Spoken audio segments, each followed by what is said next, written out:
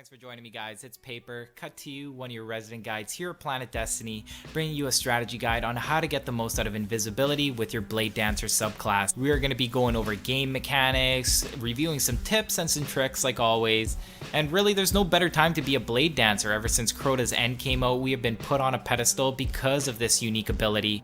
It makes us ideal for sword bearing, and it's actually very favorable for a lot of the engagements in this raid. And there's a lot of speculation that the next raid, I'm doing quotations, sorry you guys can't see that, is possibly a horde mode, and there's really no better place for the world's greatest medic to go. In the Destiny universe, Blade Dancers are going to keep you alive. They are the damn it, Crota. Alright, in PvP, there's actually a lot of misconceptions regarding how invisibility affects the radar of the opposing player, and these are things that we're going to go over in the second half of this video. If you look off to the left, we've listed off the various ways that you can become invisible with the Blade Dancer.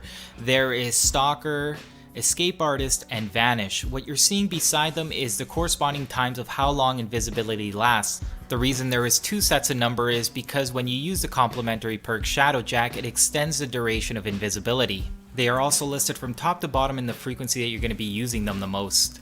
So the backbone is going to be Stalker. You activate this by crouching on the spot for 2 seconds, you can't be moving, and it lasts up to 10 seconds. But you have to remember that there is a 10-second cooldown from the moment that you activate it.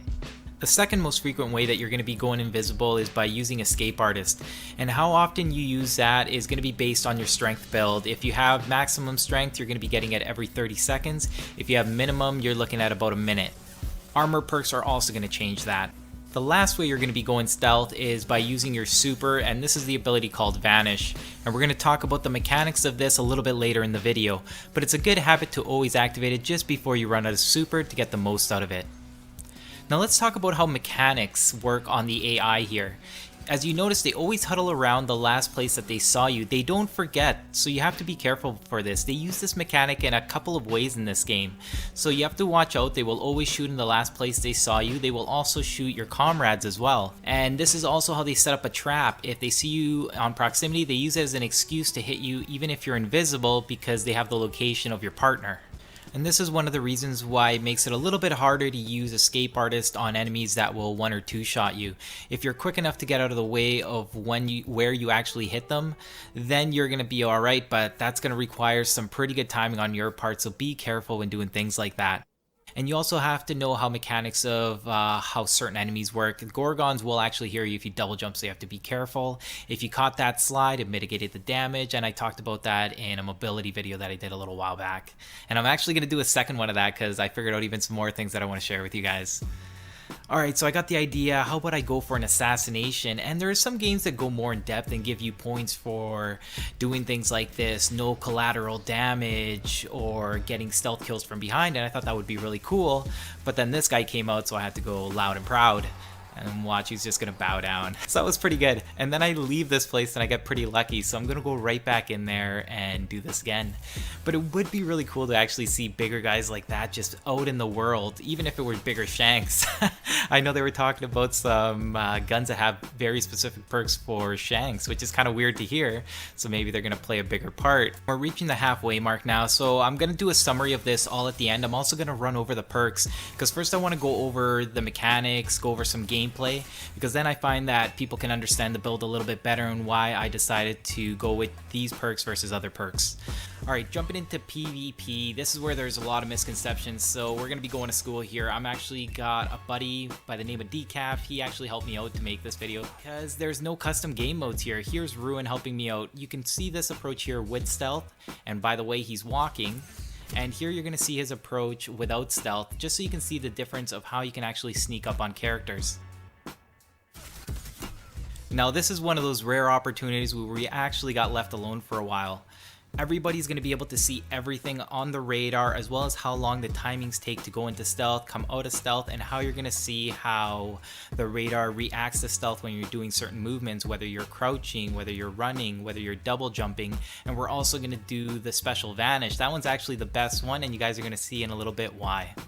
And for the purpose of this test, we're using the Stalker with the supplementary perk Shadowjack to get 10 seconds of stealth. I'm also not going to speed up any of the footage so you guys can see exactly what the timings are. You guys can time it out yourselves. You don't have to take my word on it because we had this opportune time to really just run around and get all the information we needed. So while that's running on the background, let me just summarize what I learned about invisibility. So first, if you're not invisible, then the only way to get off the radar is by crouching, and that only gets you off of the radar for 2 seconds. When you're invisible though, you can be crouching, crouch walking, or walking, and you will stay off of the radar for 6 seconds from the moment that you activated your stealth mode. Now you also want to know that when you actually activate your stealth mode, you do show up on the radar for a quick moment and then the 6 seconds begin. So if you're looking to sneak up on somebody that is maybe around a corner and you go invisible, you have to remember that as soon as you go invisible, their radar is going to bleep. So you typically want to get out of that spot as quickly as possible so you actually do have the element of surprise. And that's something that you get if you understand the mechanics of how invisibility works, not only on from your side when you're being invisible, but also from the opposite side when you see someone quickly bleep with no explanation, no death on the kill feed, and it's gone past 2 seconds. I also found that there was no difference on where you are in the radar.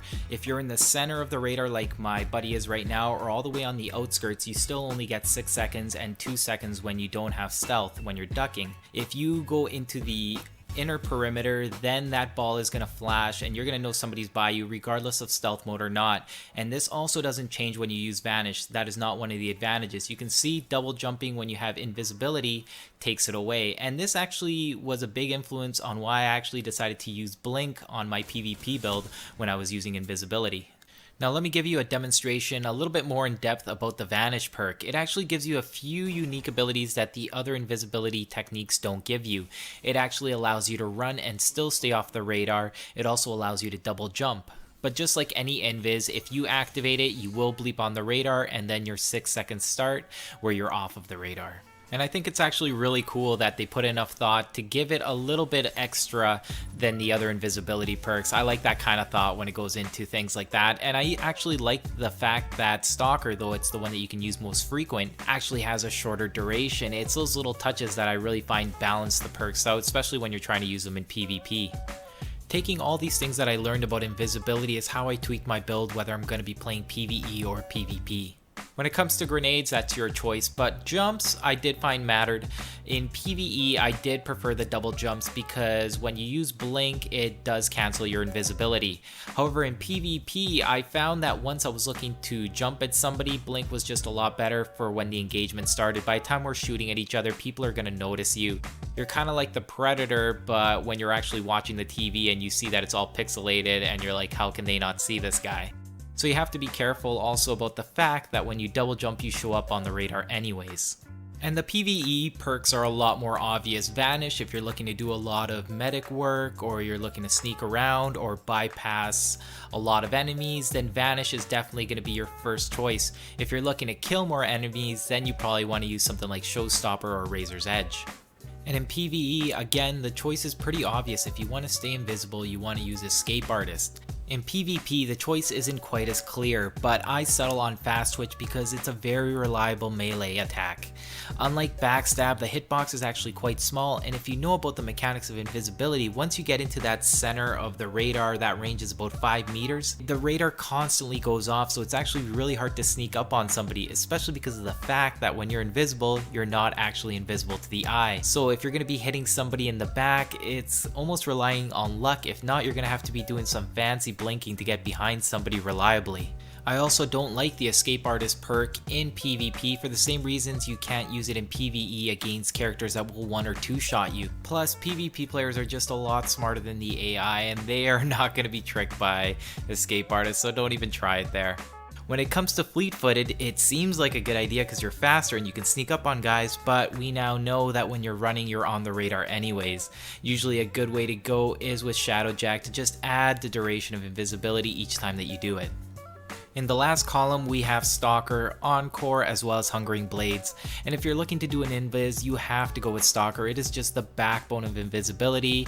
You can do it all the time, or at least every 10 seconds, especially if you already have it maxed out with the Shadowjack perk. Then you're going to be able to pretty much do it as soon as you come out of it, as long as you didn't shoot or melee or do anything that cancels the invisibility. I know a lot of the time somebody will shoot and then duck trying to go invisible again, but you can't, so remember to wait for that 10-second cooldown. And that's why if you do have Shadowjack, it makes it a lot easier to time, especially if you didn't shoot, because you know you've already gone 10 seconds and then you can duck down and activate it again. So what's going on in the background right now, if you guys rewind it, is that he had a super and he was coming up on me, and all you saw on the radar was that he went invisible, it bleeped, and then you didn't see it again till he got within 5 meters where the center of the radar starts shining. So just wanted to show you guys that again. Let me finish this video by showing you a quick clip of the Don't Touch Me gauntlets. It lets you go invisible for 3 seconds without Shadowjack and 6 seconds with it whenever you get meleeed. And if you want to pretend to be a blade dancer, you can grab a patience in time, but it does not come with a balling cape. Sorry guys. And that's all I know about invisibility, guys. Thanks for joining me. I'm Paper, cut to you, and I'll see you guys next time. Or maybe you won't.